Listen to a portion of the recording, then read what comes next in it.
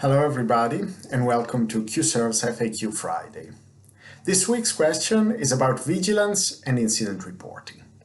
Article 87 of MDR requires manufacturers to report any serious incident with the exception of expected side effects, which are clearly documented in the product information and quantified in the technical documentation and are subject to trend reporting. So the question is, does this mean that if a certain type of serious incident has been listed in the IFU and assessed in the risk management as acceptable, then it is not to be reported, even if it has a causal relationship with the device?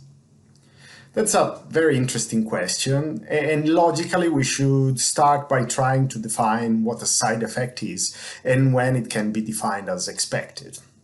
However, that might not be as easy as it might appear. The MDR uses the term side effects over dozens of times, but does not have a definition of the term. Same for the MDD, same for the MedDev and MDCG guidance, or any other guidance I can think of in the medical device field. Then, where can we start and how can we define if an incident is reportable or if it is to be considered an expected side effect? The document that provides us with some level of clarity on this matter is the MedDev guidance on vigilance, so MedDev 2.12-1. It's not a recent document, as it was last revised in 2012, and it's a guidance document for the MDD. But lacking other guidance, we still have to rely to some extent on that document to define the appropriate state-of-the-art approach to vigilance reporting.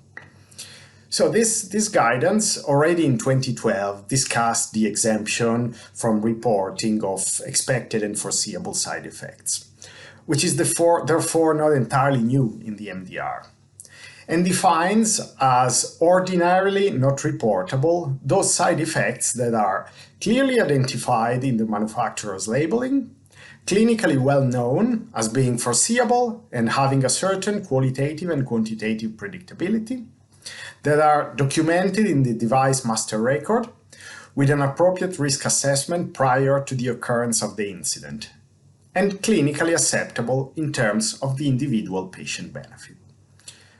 So to avoid this side effect, to avoid reporting the side effect, this side effect must be something that is predictable, and it is identified as such in the IFU and addressed in the risk management. And this must be completed prior to the incident, so you cannot retrospectively document the side effect the moment you become aware of the incident. And you must have quantified to some extent your side effect. For example, let's say your sphygmomanometer to measure blood pressure can cause some hand numbness, and you know that it should happen, for example, in up to 5% of the user. So you have to put some numbers next to your side effect. As a consequence, if the frequency of this occurrence moves beyond the anticipated frequency, or you detect a trend, you would fall back into the reportable category. The last condition is that the side effect must be clinically acceptable in terms of the individual patient benefit. Please note that we are talking of individual and not overall acceptability.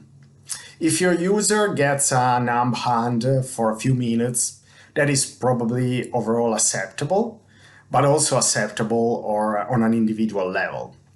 If you need to monitor your blood pressure, that type of side effect is likely to be considered well acceptable. On the other end of the spectrum, we can take, for example, a heart valve. And I'm saying it in advance, I'm gonna make here an extreme example just for the sake of delivering the concept. We know that perhaps maybe 1% of the patient implanted with a heart valve will die within 12 months. That's a known risk. It is identified as a risk in most heart valves IFU, in all heart valves IFU, I would say, and it is quantified, and overall it is acceptable.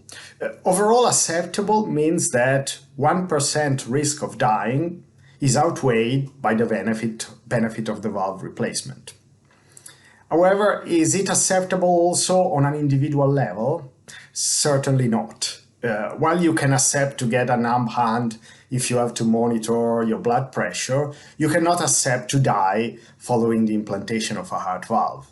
So in that case, the event is reportable and the exemption does not apply. To summarize, although we do not have a clear definition of side effect, at least we have a framework to work in for deciding on reportability. If we were really interested in a definition, the closest we could get is probably the definition of side effect in the pharma world. They define a side effect as a response to a medicinal product which is noxious and unintended.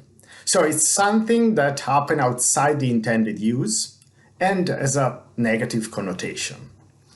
And it is clarified that it might arise from the use of the drug according to its labeling or even off-label.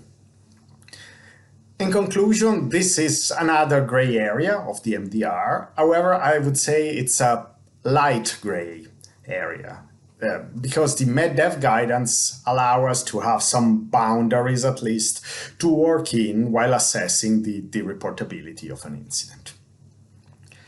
Thank you for your attention, and if you have any other question for our FAQ Friday, please feel free to get in touch with us.